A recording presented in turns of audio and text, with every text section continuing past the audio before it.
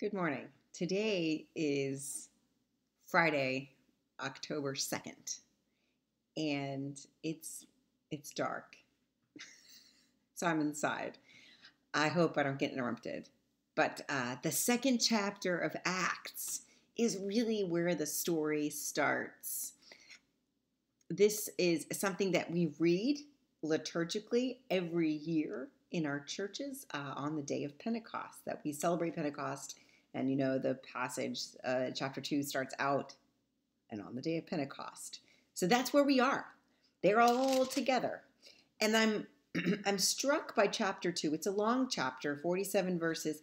And I'm struck by the words all together in one, over and over and over again. Expressions of unity. And indeed, what happens in the story, beyond the language used, is a sense of unity. So they're together in one place on the day of Pentecost. And this amazing thing happens. This wind comes in. They identify it being from heaven. And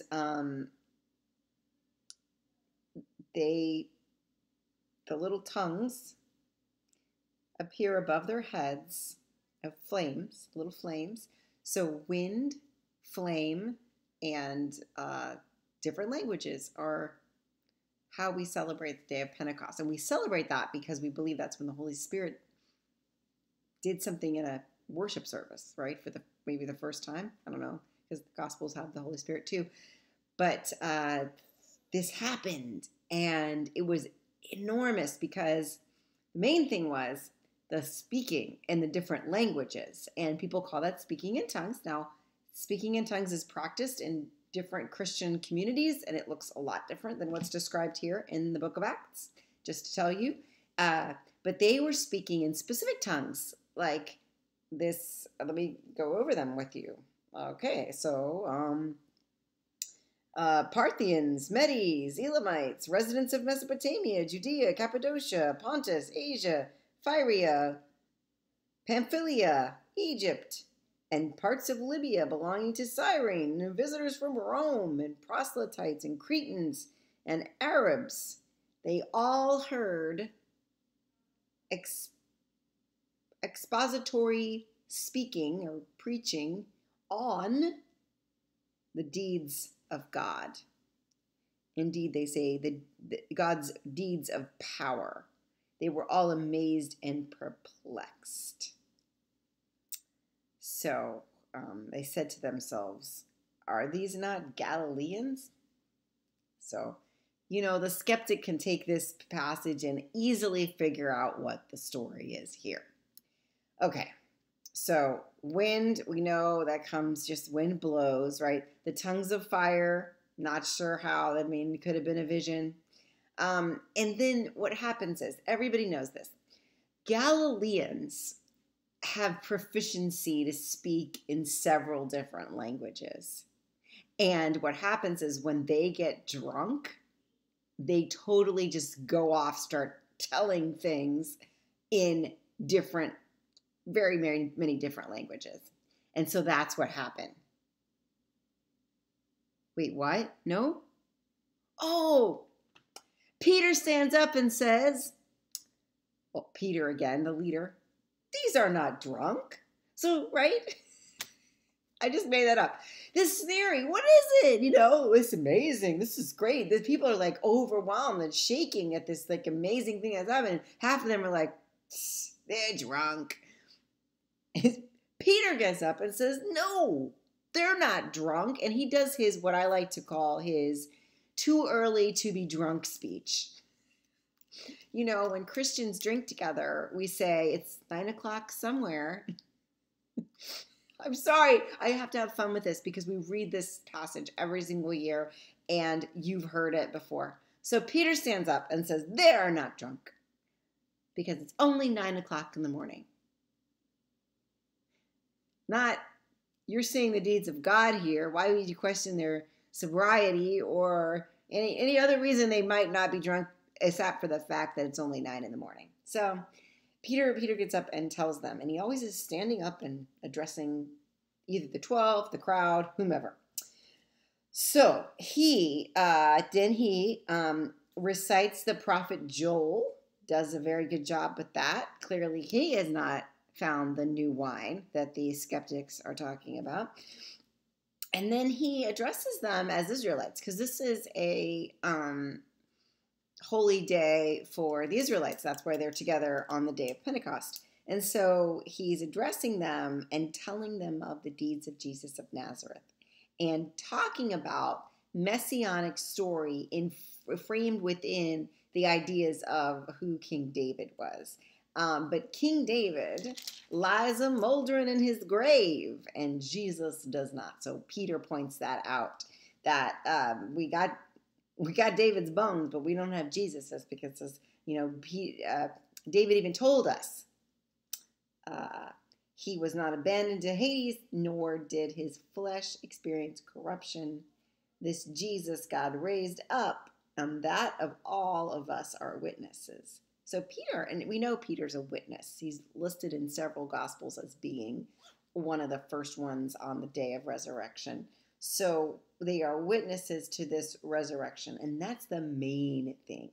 That's why, even for this year on Easter, I used a passage from Acts to illustrate the resurrection story, because this is what the book of Acts is. It's Peter and the others, well, the ones that we'll introduce you to. Apparently, Matthias, who we just got from the last chapter, they're going around and they're telling people the story. There was this guy from God, and he's raised from the dead, and his life gives you new life. And Peter is such an eloquent preacher, and this is a great passage here, that in verse 42, we see that these people, my translation says, cut to the heart. This affected them. The ones who heard Peter explain the miracle, the tongues of flame, the wind, the talking in different tongues, and not being drunk. He orates, and they are just, they're changed. I mean, this be a foreign concept? It shouldn't. So they are changed, and awe came upon everyone because of many wonders and signs they were being done by the apostles. So that day, 3,000 were added to their number. So they started out small. They added one, Matthias. And here they got the next chapter, there's 3,000. And I really think that if you want the cliff notes to Christian community, Acts chapter 2 is all you need. It's all you need. You've got the story of Jesus and the resurrection. You have got the oration about it that is so heart-rendering. Like it renders your heart to surrender to this message that God has for you. And then it tells you how to live in Christian community. Number 1, don't drink before 9 p.m. But also, in the very end of chapter 2, it says that when they were just people in community, in awe of what God had done. And they believed, and they were together. This word together, the word all. And they had all things in common. And they would sell their possessions and goods and distribute the proceeds to all as any had need, equitably. Not evenly, equitably, as any had need. And day by day, as they spent much time together in the temple, they broke bread at home and ate their food with glad and generous hearts, praising God and having the goodwill of all people. And day by day, the Lord added to their number those who were being saved.